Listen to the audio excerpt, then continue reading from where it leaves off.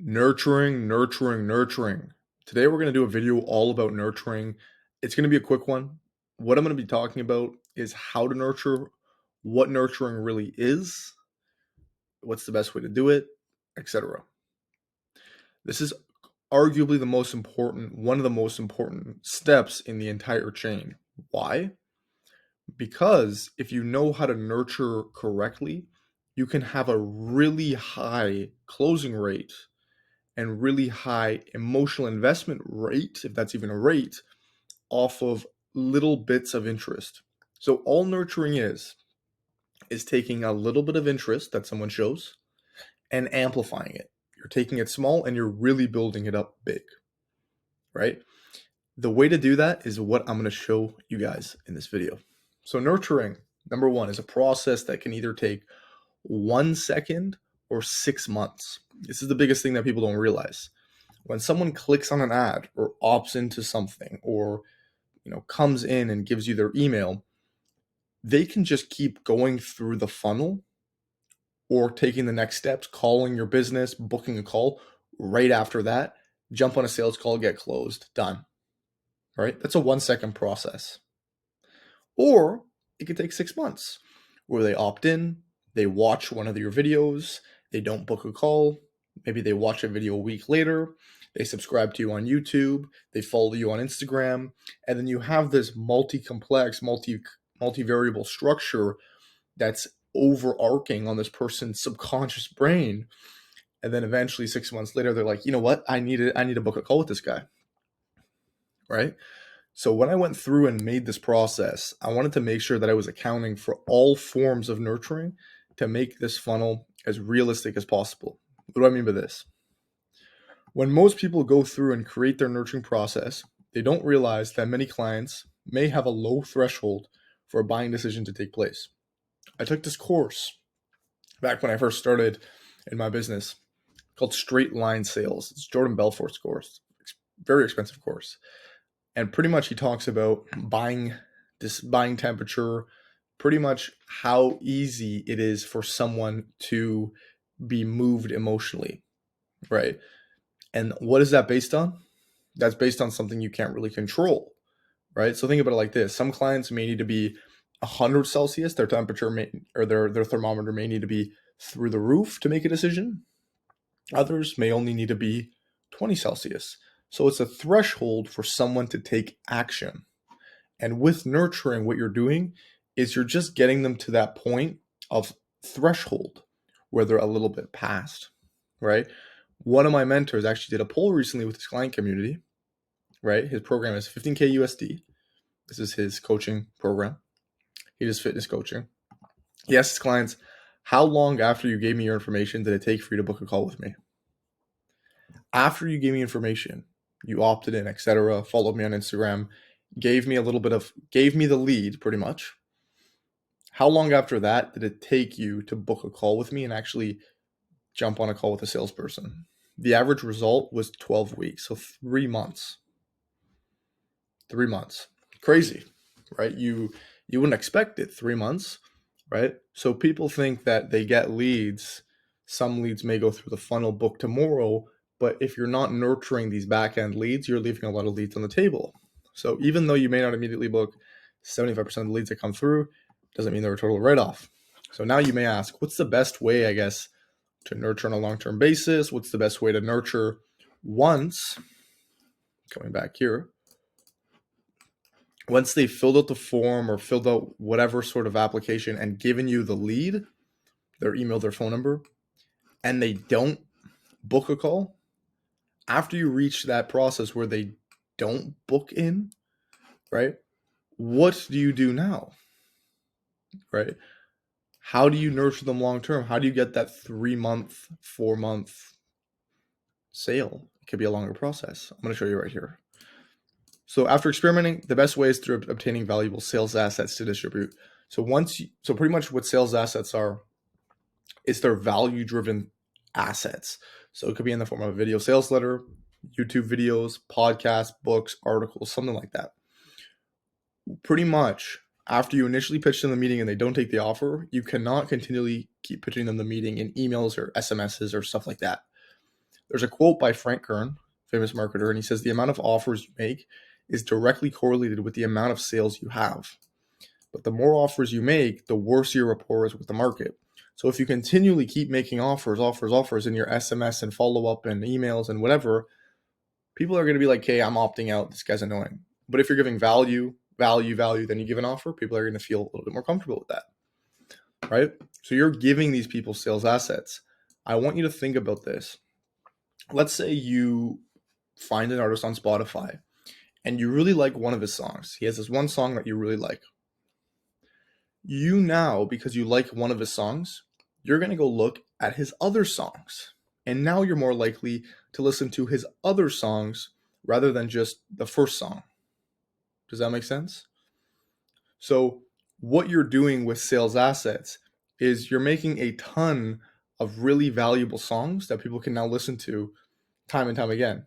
How many people do you know really like a song but have only listened to the song once? Right? How many people do you know that really like a movie? Oh, it's my favorite movie, but they've only watched the movie once. People listen to songs over and over and over again. They watch movies again and again and again, right? So with sales assets, think about making really value-driven videos that people can consume time and time again that are around your mechanism. I'm going to jump into what to include in the sales asset later, but you need to be using sales assets. It's going to drive value, it's going to educate people, and it's going to show people exactly what you're offering and how you're offering it. So, on a long-term basis, pretty much after we made the initial pitch to book them, we must balance how many meeting-based offers we make. So, hey, let's jump on a call versus how many value-building assets we send to them. So, like, imagine this. You really like an artist. That artist hasn't released a lot of music, but they're releasing music in the future, right? So you opt into their email list and they slowly send you a new song every week. You're going to be hooked, right? Because it's value. You're liking every song. You're liking this song. Not really this song, but whatever, right? So what exactly is a sales asset then? All right. It is not. And I see people doing this. They rush it. They make a ChatGPT cookbook. Brutal. Poorly organized article or video. Just sucks. It's just like, hey, do this, whatever. A ChatGPT or copy or paste follow program. Hey, here's how to work out. Here are the best exercises to build lats. Like, something horrible. What it is it's something that shifts beliefs and educates people, telling them that your way, your mechanism is the best option. You should never give something to someone to just implement themselves. This will lead to failure. Imagine you give someone a gun who isn't trained with the gun. They will most likely end up hurting themselves or someone else. So pretty much what you're going to be doing in these sales assets is you're educating these people. And you're going to distribute these sales assets in a timely manner when they don't book a call. And you're going to feed it to them slowly. So here's one sales asset. 2 days later, here's another sales asset. And then I'm going to include an offer after that sales asset. 2 days later, here's another sales asset in another form. Video, article, podcast. And you're getting these people kind of diversified on these platforms that you have. If it's YouTube, they're a subscriber. If it's a podcast, if it's, an email list where they're just getting like a straight up email with some value on that email, right? And that's pretty much it. So what now that you know a sales asset's important, what is, I guess, the most important factor with educating someone in this concept? I'm not going to get too into this. This is quite a long document. I don't want to get through it all. But what I want to do is I want to just briefly skim over this and just tell you what to have in mind when you're making these sales assets. Let me increase the zoom. So the most important factor when educating someone is this. Who is the most, what, and then how. With who, people care more about who is talking rather than what is being said or how it's being said. If you really, let's say you love, John Lennon. John Lennon could be talking total horse crap for 30 minutes, but just because it's John Lennon, you would listen to him because you love his music, etc. Right? So who is talking is the most important. So what does that mean? You have to have credibility. You have to have something called ethos, right? This is credibility. This is proof of concept, right? The same reason why you listen to like a doctor is because they have massive credibility and they can tell you, hey, do this, don't do this, right? So who is the most important? Ask yourself, do you have credibility and proof of concept in the first place? You do? Awesome. Show that. State your credibility. You need to have credibility first. For me, what's my credibility? Like you're listening to me, what's my credibility?